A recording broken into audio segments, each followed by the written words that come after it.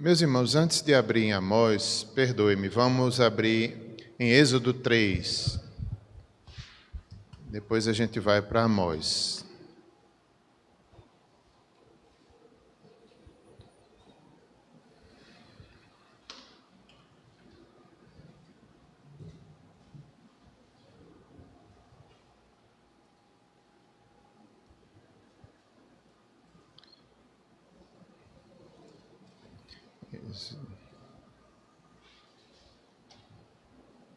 Êxodo 3, 5.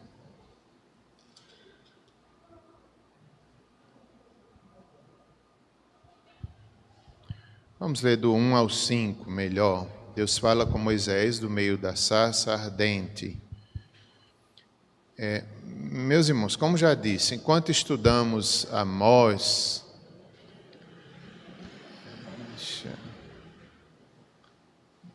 deixa eu abrir aqui. Enquanto estudamos Amós, nós estamos aprendendo também sobre adoração, sobre o Deus Santo e Poderoso.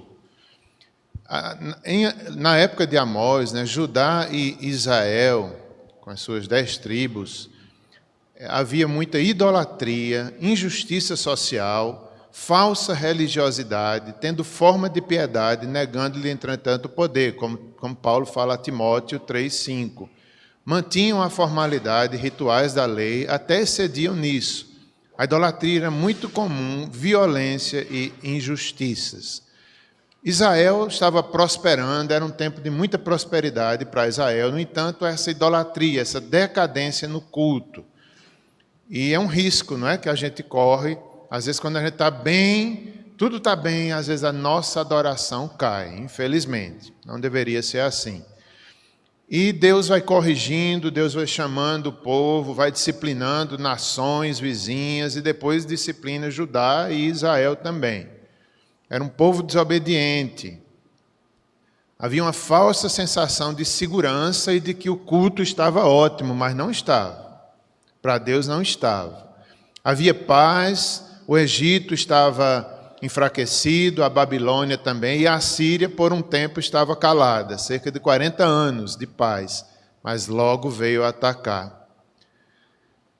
Então, estamos aqui aprendendo, já estamos na 3ª aula, esses pecados eram o que estava acontecendo e chegou a hora de Deus disciplinar, o fogo dele cairia, agora não dava mais para Deus ter misericórdia. Ele teve durante muito tempo, mas agora chegou a hora de Deus corrigir o seu povo.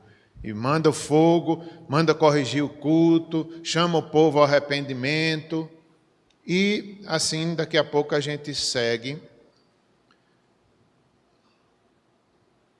Acho que eu abri aqui errado. Deixa eu abrir o correto.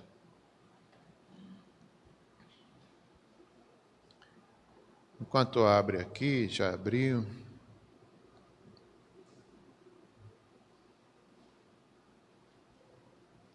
Certo. Então, vamos primeiramente ler Êxodo 3, que vai falar sobre adoração, Fazer uma ligação de Amós com esse texto aqui.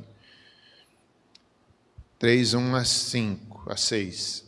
Apacentava Moisés o rebanho de Jetro, seu sogro, sacerdote de Midian, e levando o rebanho para o lado ocidental do deserto, chegou ao monte de Deus, a Horebe.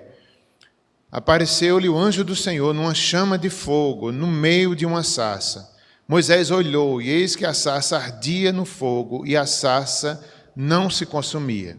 Então disse consigo mesmo: irei para lá e verei essa grande maravilha, porque a sarça não se queima. Vendo o Senhor que ele se voltava para ver, Deus, do meio da sarça, o chamou e disse: Moisés, Moisés. Ele respondeu: eis-me aqui. Deus continuou: não te chegues para cá, tira as sandálias dos pés, porque o lugar em que estás é terra santa. Disse mais: eu sou o Deus de teu pai, o Deus de Abraão, o Deus de Isaque, o Deus de Jacó. Moisés escondeu o rosto, porque temeu olhar para Deus. Aqui nós vemos mais uma adoração, Alguns estudiosos chamam esse momento de culto também. Era um culto ali individual, mas era um culto. Era Deus ensinando o seu povo a adorar, né? Levítico também, são as leis da adoração, depois o tabernáculo. E assim é a santidade de Deus, vista aqui, também vista em Levítico. Então, até Moisés teme olhar para Deus. Deus repreende ele, tira as sandálias, porque o lugar onde estás é santo. Não era o lugar em si, mas era santo porque Deus estava ali falando, se revelando. E Moisés não aguentou olhar, temeu olhar para Deus. O que é temer? Temer, em certo aspecto, é tremer e ter medo mesmo. Mas, na verdade, nós não precisamos ter medo de Deus, porque Cristo é a nossa paz com Deus. Nós devemos temer no sentido de reverência, de adorá-lo, de respeitar, de se maravilhar diante dele e se dobrar em adoração e entrega.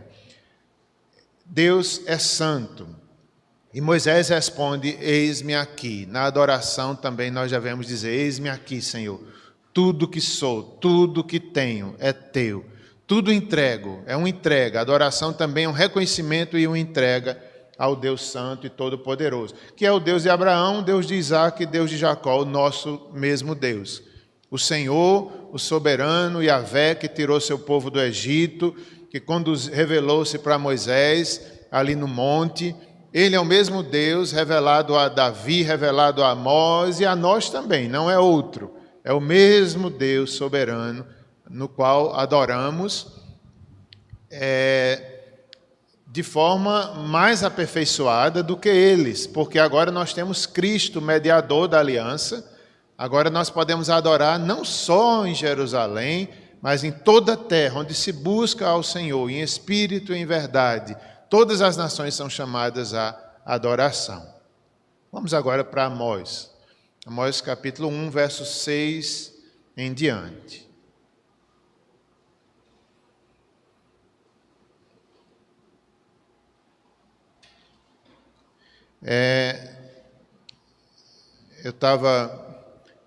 Terminei essa semana mais uma disciplina do André Jump, foi a última do ano, graças a Deus, acredito que passei em todas, estou feliz, né, pela aprovação, e eu não sei se vou continuar, eu estou com medo de continuar, estou querendo continuar, eu estou querendo fazer um curso agora de teologia missionária, eu estou com medo, eu não queria estudar esse tema não, é muito difícil, missões, né? E é um tema que eu gosto, mas é muito sério. Quando a gente estuda missões, ai meu Deus. Aí eu estou temendo, mas eu acho que eu vou continuar mais um ano, talvez fazendo teologia missionária. É uma dificuldade, porque é uma entrega da vida, é uma entrega de tudo ao Senhor. Eu estou com medo do que Deus possa fazer, mas se for Ele me chamando, eu vou, né? Mas, sim, aí a última disciplina foi sobre música e adoração. E o professor, essa semana, na última semana do curso, ele estava falando sobre essa questão do culto também, a importância, tudo isso que algumas coisas eu tenho passado aqui para os irmãos, eu tenho tirado de lá também. E uma das coisas que ele falou essa semana foi o perigo que a gente corre do cerimonialismo, do ritualismo, que é o que o pessoal aqui de Amós estava caindo. Eles tinham os rituais, eles seguiam toda a lei, eles eram dedicados, mas o coração estava longe de Deus. Da mesma forma, a música, a gente tem estudado sobre isso também, né? A música, vários tipos, de onde vem a música, a interpretação. É tão interessante o estudo dele, ele vai até nos filósofos, ele vai. Qual é a compreensão de Platão, da música, aí sai até chegar na palavra de Deus, o que é a música, porque ela é tão bela, porque ela encanta tanto, quais os perigos da música. Por isso que alguns teólogos não permitiam nem a música na igreja, porque ela é encantadora. E se a gente não tiver cuidado, a gente olha mais para o encanto da música do que adorando a Deus. Tudo isso a gente está vendo lá na disciplina, e é verdade. A gente tem que ter cuidado, né? Ele falou de ritmos, os africanos, né? A questão do ritmo é forte. Aí outros países, eu não me lembro quais eram, se era a Itália, não me lembro, eram mais na melodia, mais emotivos, aquele povo que ou se ama demais, chora junto, daqui a pouco está brigando. Então a música parece com o seu povo também. O ritmo, a melodia e a harmonia, né? Ritmo, melodia e harmonia. Acho que são esses três que ele estava ali mencionando. Claro que a música tem muito mais do que isso. Ele estava falando desses três. E já outros países que têm mais essa música voltada à harmonia ou à melodia. Isso se reflete nas igrejas de cada um desses países. E é interessante como a gente tem um choque cultural se não é o nosso ritmo. Eu fui em um congresso africano uma vez, em Recife. A gente fica meio assustado. Eu fiquei. Era tambores para um lado, era música para outro, os crentes tocando. Que é isso? Parece mais um, não vou nem dizer o quê, né? Parece mais um culto para os demônios. Com aqueles tambor batendo. Meu Deus, isso é para Deus. E os africanos... Isso é uma igreja. Né? Então, no início eu me assustei, depois eu me arrepiava vendo eles louvarem a Deus. Já tem outros povos que têm outras formas. E tudo isso a gente tem que levar em consideração, porque às vezes a gente quer que seja do nosso jeito. Claro que a gente não pode sair das Escrituras. A nossa referência é as Escrituras, mas também passa pelas culturas. Desde que a cultura não fira a santidade do Evangelho. Se ferir, está fora. Mas se não ferir, é criação, é diversidade, é costume. Se não ferir a palavra de Deus, a gente tem que respeitar. Esse tipo de coisa a gente estudando, e ele disse, né, o perigo que a gente tem do ritualismo. É verdade, né? Não adoramos ao culto em si. Às vezes a gente tem tanta preocupação com o culto que se torna uma idolatria, o próprio culto. É como família. A gente ama tanta família, se não tiver cuidado, a gente idolatra a nossa família. Mesmo jeito o culto. A gente tem tanto zelo, que às vezes podemos pecar, porque estamos adorando o culto em vez de adorar o Senhor da igreja, por meio de Cristo. É bem interessante. E o ritualismo, a gente corre o mesmo risco que o pessoal, que os irmãos, o povo de Deus lá de Israel, corria, né? Tudo bem, muita prosperidade, o culto estava perfeito. Para o homem, para Deus não. Deus não se satisfaz, nunca se satisfez. Nem mesmo em Levítico, quando os adoradores traziam um boi, uma ovelha, se não fosse de coração, Deus não aceitava. Quantas vezes Deus repreendeu o seu povo? Todos os bois são meus. Como quem diz, eu estou precisando de boi, de sacrifício de vocês, eu quero é o coração de vocês. Só que o povo confunde, né? Pega o boi, o melhor boi, acha que Deus está satisfeito com o boi já é dele. O carneiro já é dele, foi ele que criou. Então Deus sempre quis o coração do adorador, e hoje não é diferente. Vamos para os versos 6, 7 e 8 de Amós, a continuação das profecias às nações vizinhas de Israel. Foram os primeiros a serem disciplinados.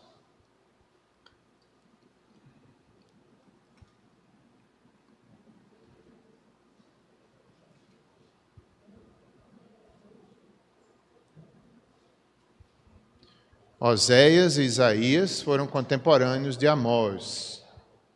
Tanto é que Isaías fala o mesmo problema, Isaías também fala sobre essa questão do culto. Amós 1, versos 6 a 8. Nós vamos ver aqui, agora eram as nações vizinhas de Israel, e agora nós vamos ver Gaza, mais uma nação. Vamos ler versos 6, 7 e 8. Diz assim: assim diz o Senhor, por 3 transgressões de Gaza e por 4 não sustarei o castigo, porque levaram em cativeiro todo o povo para o entregarem a Edom. Por isso meterei fogo aos muros de Gaza, fogo que consumirá os seus castelos. Eliminarei o morador de Asdod e o que tem o cetro de Asquelon, e volverei a mão contra Ecrom, e o resto dos filisteus perecerá diz o Senhor. Então, meus irmãos, nós já temos vimos na aula passada, que essa expressão por 3 transgressões e por 4 é comum em todas as profecias, o juízo de Deus.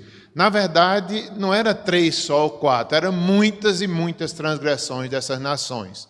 Chegou um ponto que a justiça, que a disciplina, Deus enviou e não voltaria mais atrás, porque eles estavam, como vimos na aula passada, de forma tristemente maduros para o castigo. Que tristeza!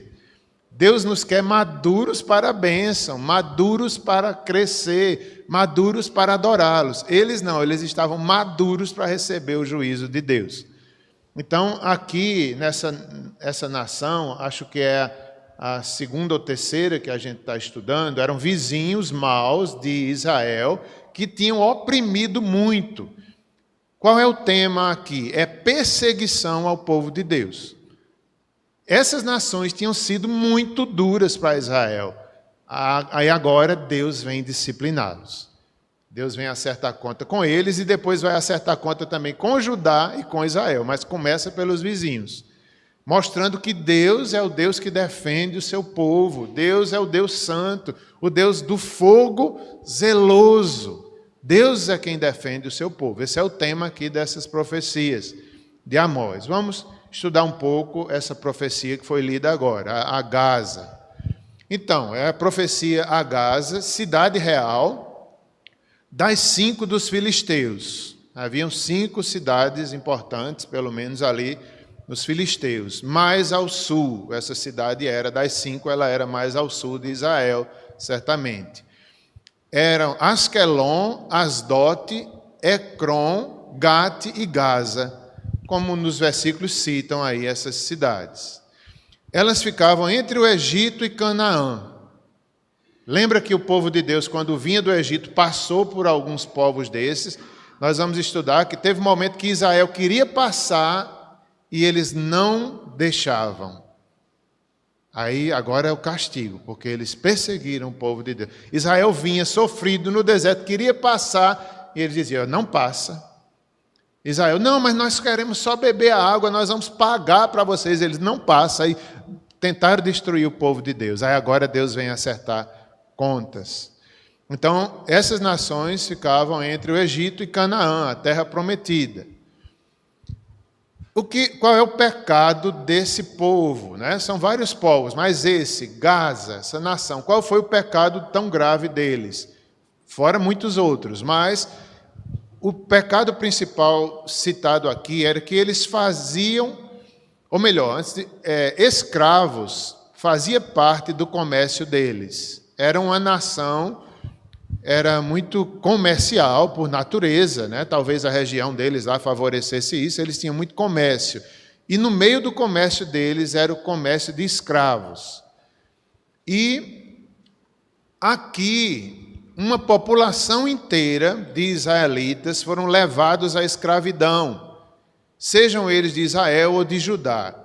Está lá em 2 Crônicas 21, 16 e 17, um fato semelhante. Pode ter sido esse, mas não se tem certeza. Se alguém quiser abrir aí e ler em voz alta, eu agradeceria. 2 Crônicas 21, 16 e 17. Qual era o pecado? Era a escravidão. Eles escravizaram Israel, e não só uma parte, mas todos que puderam, eles oprimiram de forma muito dura. Levou o povo de Deus escravo, ganhando dinheiro em cima disso, sem pensar no prejuízo, sem pensar no sofrimento, sem pensar nas famílias que separou, sem pensar nas crianças. Eles queriam era ganhar o dinheiro. Então Deus viu o que eles fizeram. Eles foram injustos, pensaram no dinheiro, pensaram no comércio e não pensaram no povo. Esse era o pecado aqui citado. Alguém abriu? 2 Crônicas 21, 16 e 17.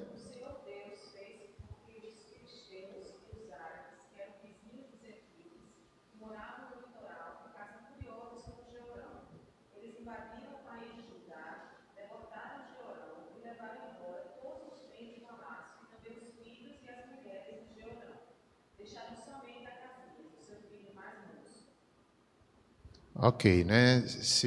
Eles não têm pena ali, os filisteus levam mulheres, levam filhos, atacam o palácio, e sem pena, para quê? Para levar para vender como escravo, pensando no dinheiro. Isso não agradou a Deus. E essas lições, meus irmãos, são para nós também. Tudo que a gente vai vendo aqui, a gente deve pensar, peraí, e eu tenho feito isso? Será que no meu comércio eu ganho dinheiro a qualquer preço? Ou eu ganho com honestidade? Ou eu não penso no prejuízo que estou dando para os outros? Isso aqui é para nós também. Não é? Eles, por causa do comércio deles, de escravidão, eles queriam o dinheiro. Ele lá queria saber dos israelitas. Lá eles queriam saber que eles estavam vindo do Egito e iam para uma terra. Para eles, fazia. O importante era eles ganharem o dinheiro deles. Aí Deus viu e veio acertar conta com eles. Pode ter sido essa ocasião que Ana leu ou outras que a Bíblia cita. Era tão grande a maldade deles e a cobiça deles que eles queriam apagar o nome de Israel se fosse possível. Está no Salmo 83, versos 4 a 7. Não precisamos ler, mas se alguém quiser ler, pode ler. Está lá povos que queriam apagar Israel, se pudesse. Tão grande era a maldade. A profecia diz: o fogo atingiria todos os filisteus.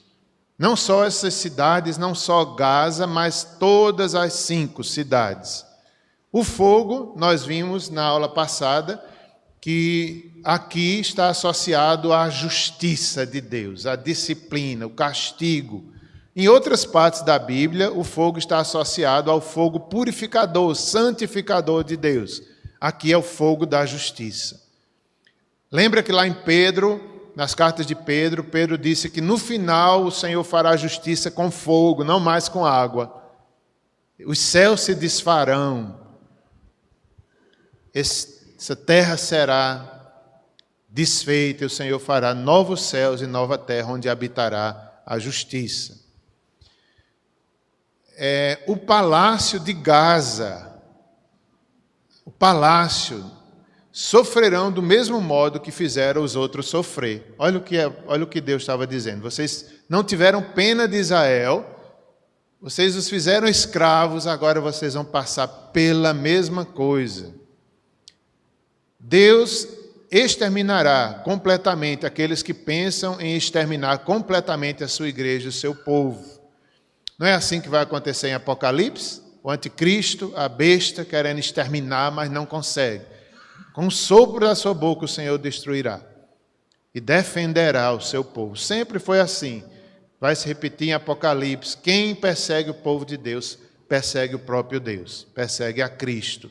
Ainda que soframos, ainda que morramos, os mártires morriam, mas Deus defenderia a igreja e eles também seriam consolados. Lá em Apocalipse também diz isso, os mártires perguntando: Senhor, até quando nós temos que esperar a tua justiça? No céu já, perguntando, já tinham morrido, estava lá no céu, perguntando quando Deus faria justiça pela morte deles. Aí Deus dizia: vocês têm que esperar, chegará o dia que Deus fará plena justiça, mas Ele fará. Edom, o texto fala aí sobre Edom, né? Eles vendiam esses escravos a Edom, que era um outro povo que mais à frente vai ter uma profecia específica contra eles. Então, quem era Edom, meus irmãos? Edom eram os descendentes de Esaú. Os descendentes de Esaú. Lembra dos irmãos gêmeos? Eram os descendentes dele. Eram os irmãos parentes, né? Os descendentes, filhos, netos, bisnetos, daqueles 2 irmãos, Jacó e Esaú. Lembra que Jacó e Esaú brigaram, né? Um saiu brigado de casa, o outro roubou o direito da primogenitura. Então aqui eram os descendentes deles ainda brigando. Olha que coisa horrível. É como se a briga passou de família para família, geração em geração. Meu Deus! Como a gente tem que ter cuidado nisso. Às vezes a briga da família da gente, se a gente não apaziguar, se a gente não perdoar, vai passando. A gente vai passando óleo para os filhos, aí vai ensinando, em vez da gente frear com o perdão, a gente ensina, igual como esse povo aqui, os descendentes de Jacó e Esaú ainda brigando, nações brigando uma contra a outra, dois irmãos brigando, depois duas nações. Aí são repreendidas, porque eram irmãos, deveriam ter misericórdia um dos outros. Eu, quando estava vendo assim, isso aqui, eu me lembrei o que a Bíblia diz, né? Se nós não cuidamos da família, somos piores do que o incrédulo, porque eles não tinham misericórdia um do outro, irmãos, gêmeos, mas não tinham misericórdia. Comprava como escravos os próprios irmãos. Não agradou a Deus isso. Esaú vende o direito de primogenitura. Era homem impulsivo. Só pensou no momento, uma visão curta. Gratificou seu apetite, a sua fome, e desprezou a herança futura e desprezou a Deus. Olha onde começam essas brigas. Que coisa impressionante, como a gente deve temer para não fazer o que Esaú fez. Por causa da fome, por causa da agonia do momento, ele não pensou lá na frente, ele não pensou em Deus, ele pensou nele. A fome, ele estava com fome. Eu vou morrer de fome? Não, desprezou, eu troco. Me deu um prato de comida, que o direito é seu. Ele desonrou a Deus num momento ali. Como a gente corre esse risco de desonrar a Deus numa agonia, numa decisão precipitada, num sangue quente? Se a gente se acalmar, se a gente se dobrar, a gente olhar para o futuro, para as promessas de Deus, a gente não peca como eles pecaram.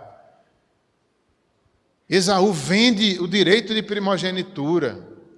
Até Israel, que nessa época era um enganador, era um mentiroso, mas nesse ponto ele teve fé. Ele temeu a Deus e olhou para o futuro. Até Israel, que ainda não tinha sido transformado, temeu mais do que Esaú. Que exemplo para nós. Lá na frente, dois povos brigando. Aqui, dois irmãos, um, outro, se desonrando. E o que peca mais é Esaú, porque despreza, na sua agonia, no seu sangue quente, ele desonra. Uma visão curta de Deus. Como é um perigo a gente ter uma visão curta de Deus. A gente só olha aqui e o agora, o meu direito, minha vontade. Deus nos chama para viver a vontade dEle, a negar a nós mesmos. E adorá-lo, viver na perspectiva de Deus, não na perspectiva nossa, como Esaú fez. Ele gratificou seu apetite, desprezou a herança futura. Então, meus irmãos, versos 6 a 8 são essas profecias. Vem o castigo, levaria a cativeiro todo o povo. Por isso, ou melhor, levou em cativeiro todo o povo para entregar a Edom. Meterei fogo nos muros de Gaza. Olha só, o Senhor meteria fogo à justiça, fogo que consumiria até os castelos, atingiria os muros e os castelos, ou seja, a cidade toda. Eliminarei o morador de Asdod, uma das cidades dos filisteus, o cetro de Asquelon, outra cidade. Volverei a mão contra Ecrom, outra cidade, Ecrom, isso mesmo, e o resto dos filisteus perecerá, diz o Senhor. Que disciplina para os filisteus, para Gaza, que era talvez a principal cidade dos filisteus, mas atingiria todos eles. Todos os filisteus, o resto dos filisteus perecerá, diz o Senhor. Essa é mais uma profecia. Vamos para outra. Contra Tiro, está no versos 9 e 10. Outra nação vizinha de Israel. Sim,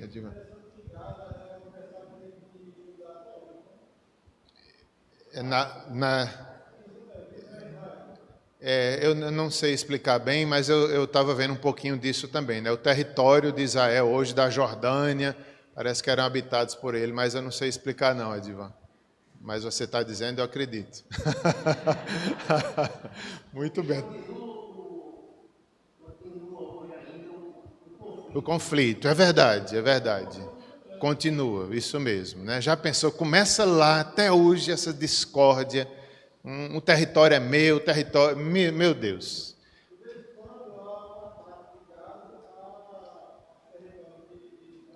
Certo, eu não sei como é na atualidade. É um país hoje...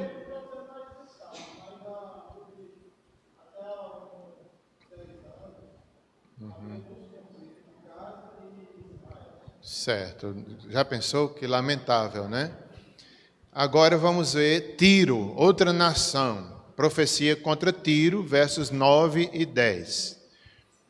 Assim diz o Senhor: por 3 transgressões de Tiro e por 4, não sustarei o castigo, porque entregaram todos os cativos a Edom, e não se lembraram da aliança de irmãos. Por isso meterei fogo aos muros de Tiro, fogo que consumirá os seus castelos. O que é que significa essa profecia para mais uma nação vizinha que estava desagradando a Deus? Então, Tiro era uma famosa cidade rica e forte. Era uma cidade rica e forte. O pecado de entregarem todos os cativos a Edom. Então, é semelhante a Gaza, né? Eles, com interesses também, certamente em ganhar dinheiro, entregavam a Edom todos os cativos. Era sem pena, não era uma parte de Israel, era quanto eles pudessem pegar e vender, sem pena, eles faziam. Venderam os cativos a Edom, venderam os edomitas, os israelitas que foram eles buscando refúgio, ou de alguma forma caíram em suas mãos. É um pouco diferente, porque é como se os israelitas tivessem ido buscar socorro lá. Na hora de uma guerra, na hora de um desespero, eles fugiam e iam buscar refúgio lá em Tiro, e eles fechavam as portas. Prendia e vendia. Olha que pecado. Alguém ia buscar ajuda e eles negavam e usavam aquilo para o benefício deles. Ou eles tinham ido buscar refúgio, como diz aqui o comentarista Mateus Henry, ou então, de alguma forma, eles caíam nas mãos dos de Tiro e eles não tinham pena. Em vez de dar misericórdia, em vez de levantar o abatido, aí é que eles oprimiam. Não se importaram com as aflições que provocavam ao povo de Deus, contanto que pudessem apenas obter algum lucro sobre eles. Esqueceram do pacto que havia entre Salomão e Irão, que era o rei de Tiro, está em 1 Reis 5:12. Olha só, essas nações vizinhas tinham pacto, algumas delas com Israel, e eles se chamavam até de irmãos, como Salomão e Irão. Chega ao ponto de eles se chamarem de irmãos. Essa nova geração de Tiro nem considerou a aliança nem o pacto. Oprimia os israelitas que chegavam até eles. Não se lembrou do pacto de Salomão. Isso aqui é tão importante, meus irmãos, como às vezes a gente faz um pacto, faz uma promessa e não cumpre. É isso aqui. Às vezes a gente promete, a Deus, é melhor não prometer, é melhor não votar do que votar e não cumprir. O pacto com Cristo, a nova aliança, a gente se esquece. O pacto com irmãos. Eu me lembrei aqui, o pacto do casamento. Às vezes a gente promete, vou ser fiel até a morte, vou estar ali junto, daqui a pouco a gente desconsidera, daqui a pouco a gente está oprimindo um ao outro, se puder... Se pudesse, vendia a esposa como escrava, igual como eles fizeram aqui. Que exagero, né? Mas tem gente que faz isso, que separa e não se lembra do compromisso que fez. Então, é isso que eles fizeram. Esqueceram do pacto que havia e oprimiram seus irmãos que chegaram precisando. Eles não queriam saber, não. Se esqueceram de Salomão, se esqueceram de Irão, que era o rei de Tiro. Quais são as lições disso aqui também? A violação da comunhão e da aliança fraternal é um grande agravo da inimizade e da maldade. Eu achei isso aqui muito importante. Quando a gente viola os laços fraternos uns dos outros, quando a gente não respeita as alianças, quando a gente não lembra do irmão mais fraco do que nós, o irmão que às vezes tem fé, mas é uma fé ali imatura, e a gente tem pena, não tem pena não, é isso. A violação da comunhão e da aliança fraternal é um grande agravo da inimizade e da maldade. Eu digo, meu Deus, E olha que esse comentarista, eu acho que ele viveu há mais de 200 anos. E já era assim. A gente pensa que é só hoje. Mas sempre foi assim, né? Os irmãos...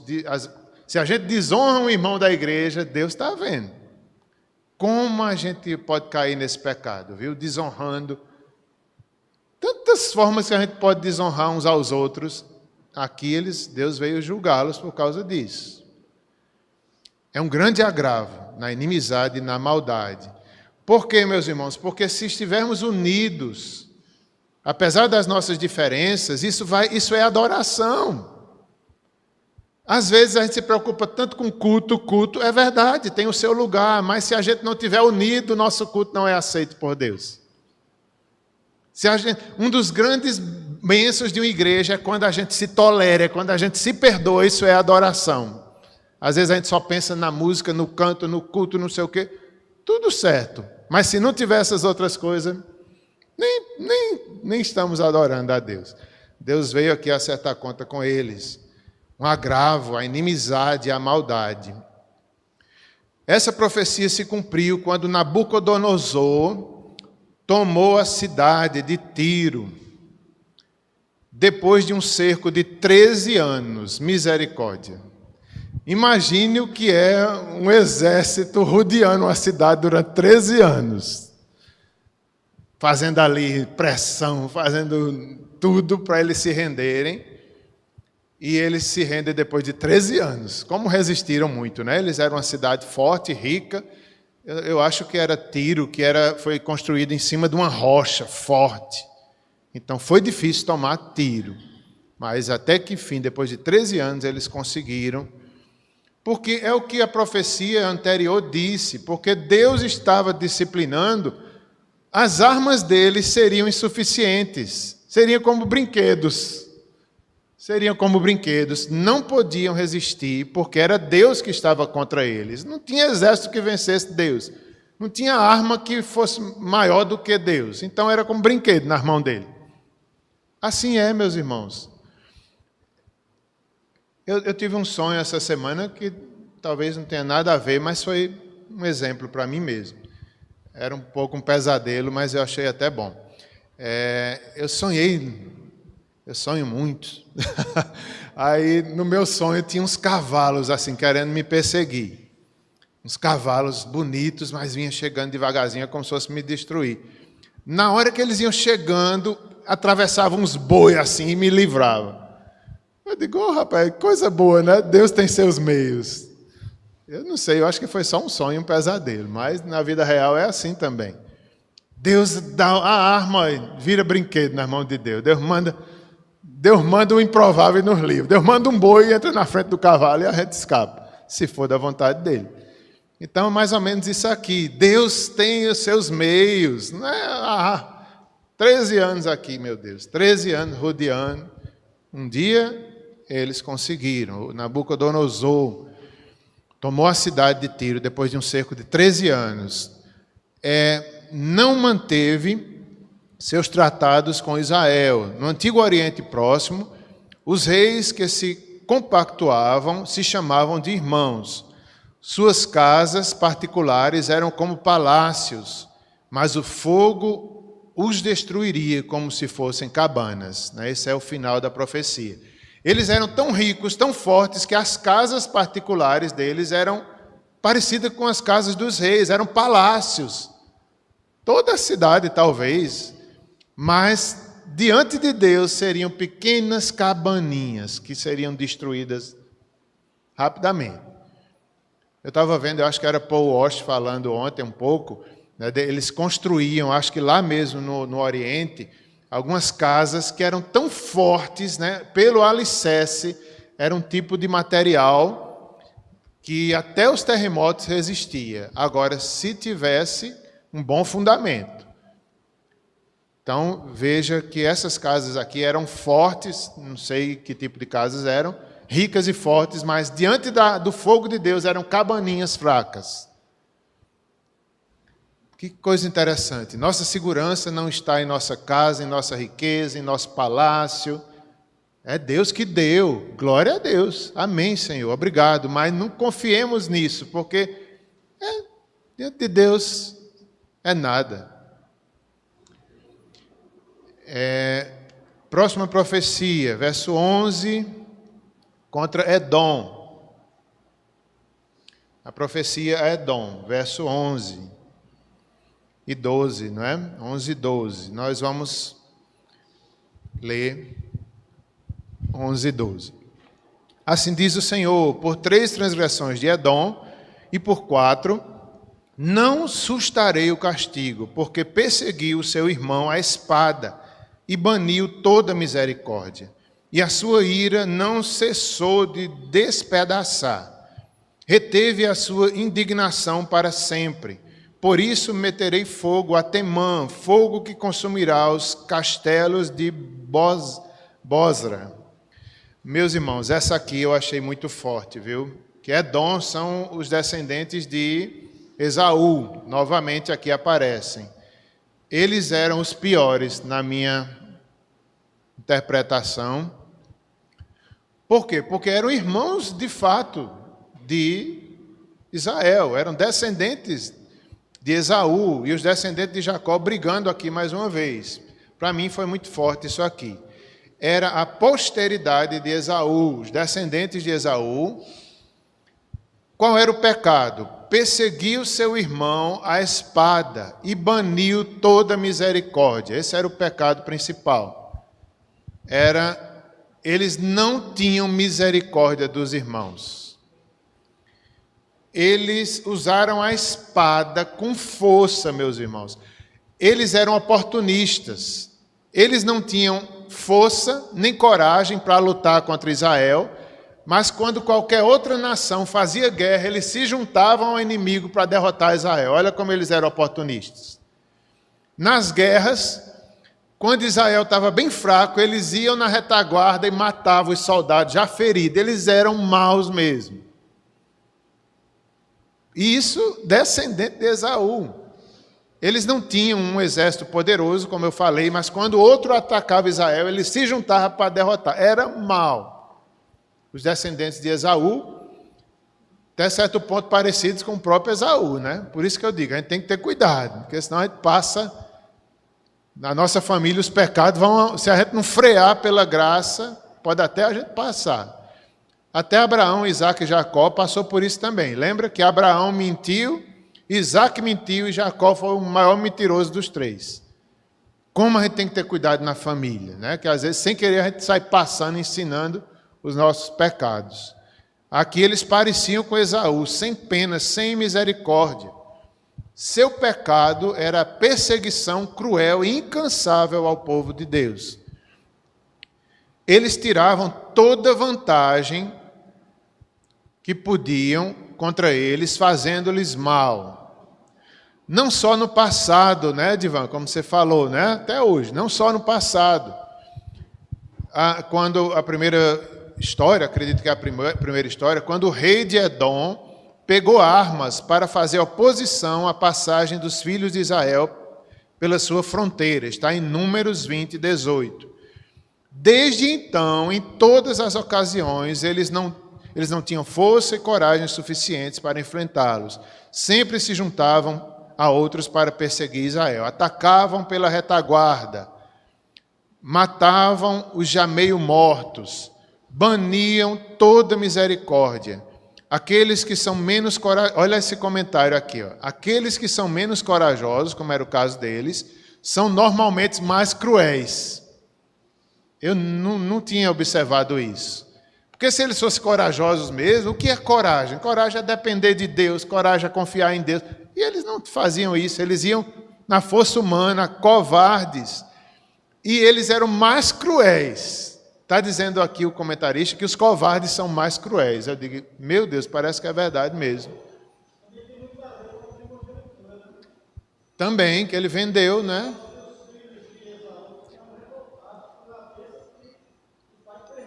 Eu acredito que sim, não é? Que eles contavam, né? Como se fosse Israel tivesse tomado. Mas ele não tomou, foi ele que deu. Foi ele que deu. Mas talvez ele contou para os netos e bisnetos da forma errada. Talvez ele disse, foi ele que me enganou e tal. A Bíblia diz que ele buscou arrependimento e não encontrou. Como? Nunca saiu dos filhos de Esaú. É verdade. E Esaú, diz a Bíblia, que tentou de volta, tentou se arrepender, mas Deus não permitiu. Olha, porque o pecado dele foi muito forte, ele desonrou a Deus. Aí os descendentes, né, não aceitavam e essa briga continuou. Quando chegou lá em Números 20, 18, né, como eu já falei, Israel vinha do Egito, queria passar na nação deles, só passar, beber água com os animais, e eles ainda iam pagar. Eles disseram, não, você não passa aqui em paz não. Aí foi perseguir eles. Daquele dia em diante também, eles não pararam de perseguir a Israel. Edom era assim. A sua maldade destruiu a sua compaixão. Ele se despiu da ternura de um homem, vestiu-se da ferocidade de um animal de rapina. Eram tão maus eles que não parecia nem um ser humano, que eles perderam a compaixão e a misericórdia. Comparado aqui a um animal de rapina. Ontem, na minha casa, eu estava olhando uns animais que tem assim na vizinha, um casal de pitbull, e eu fiquei olhando a reação deles. Passou um cachorro de rua e latiu, o macho veio, brigou assim com ele, os dois se agarrando pela grade, né? Aí o da rua foi embora, o de casa ficou tão zangado depois que ele saiu, que ele foi para a fêmea e ficou brigando com a fêmea. Eu digo, oxe, ele foi descontar na mulher? Que não tinha nada a ver. Eu não sei, né? O instinto animal, ele queria tanto destruir aquele outro adversário que ele não conseguiu. Ele partiu para cima da mulher e saiu latindo, ela saiu brava para cima dele também. Eu digo, tá vendo? O instinto animal, porque se ele fosse um ser humano, ele ia, né, se dominar. Tem homem que não se domina, não, mas deveria se dominar.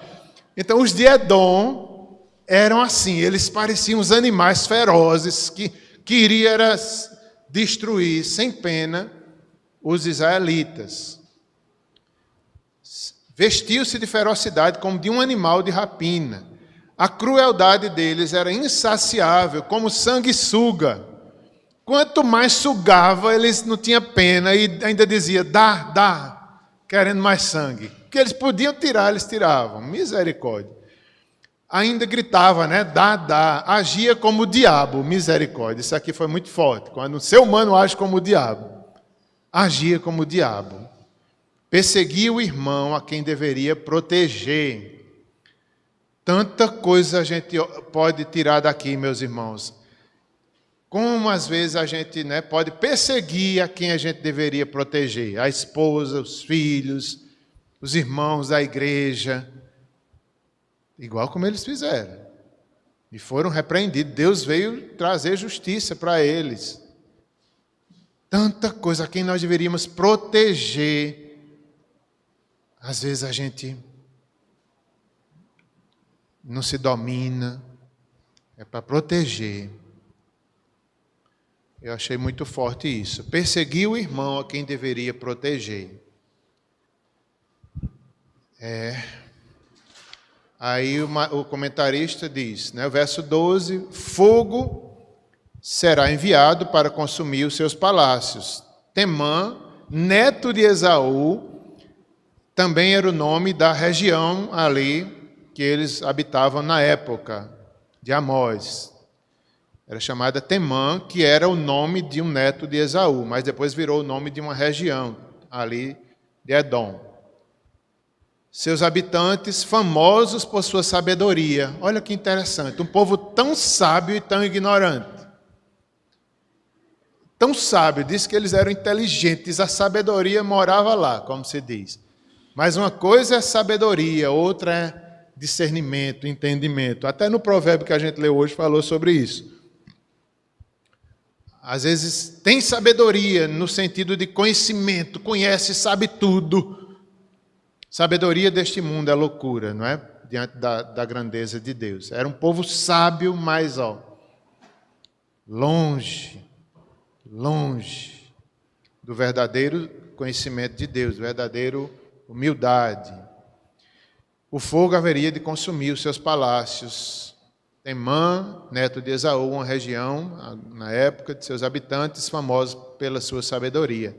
E Bonza, que é citado aí também na profecia, significava que Edom inteiro seria atingida. Todas as cidades de Edom, até Bonza, longe, iria até a fronteira, o castigo de Deus. E o comentarista Matthew Henry diz: observe que o fogo da nossa ira contra nossos irmãos acende o fogo da ira de Deus contra nós. Eu digo, agora pronto. Não é? Olha que comentário, né? O fogo da nossa ira contra nossos irmãos, se for uma ira injusta, né? Claro que aqui não está dizendo que a gente não pode repreender, que a gente não pode exortar. O que é errado. Mas aqui está dizendo a ira injusta. Que às vezes a gente é injusto no nosso julgar. Observe que o fogo da nossa ira contra nossos irmãos acende o fogo da ira de Deus contra nós. Eu digo, misericórdia. Se Deus é por nós, quem será contra nós? Agora, se Deus é contra nós, quem nos defenderá, né? Quem nos defenderá? Então, meus irmãos, tudo que está na Bíblia, mesmo que foi no passado, serve para nós hoje. O Antigo Testamento é a palavra de Deus também. Está aqui como exemplo para que temamos ao Senhor, serve de exemplo, de referência. Se era assim para eles, imagine hoje para nós com Cristo, na plenitude dos tempos. Então, tudo isso serve. Claro que a gente deve julgar pelo novo, por Cristo, pelo Evangelho, né? A gente deve olhar o Antigo Testamento com as lentes do Evangelho. Como eu falei ainda há pouco, a gente olha para Provérbios com a lente do Evangelho. A gente olha para a lei com os olhos, com a lente do Evangelho.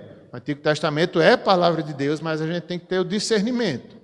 Né? Olhar cada um e aplicar em Cristo Jesus, essas verdades continuam sendo verdades.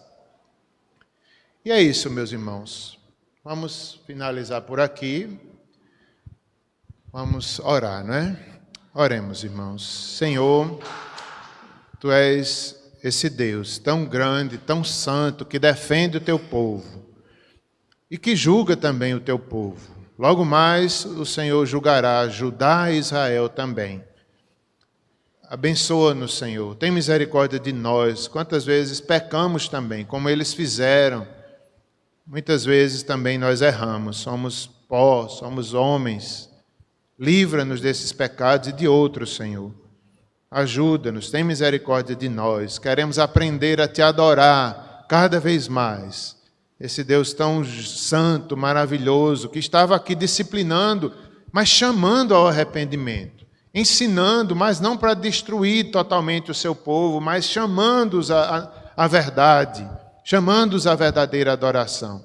Faz isso conosco, Senhor. Não nos permite nos desviar da verdadeira adoração.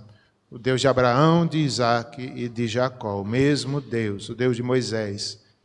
Nós possamos temer e tremer, porque o lugar é santo. Cristo Jesus é santo. Abençoa-nos todos, ó Pai, em nome de Jesus. Amém.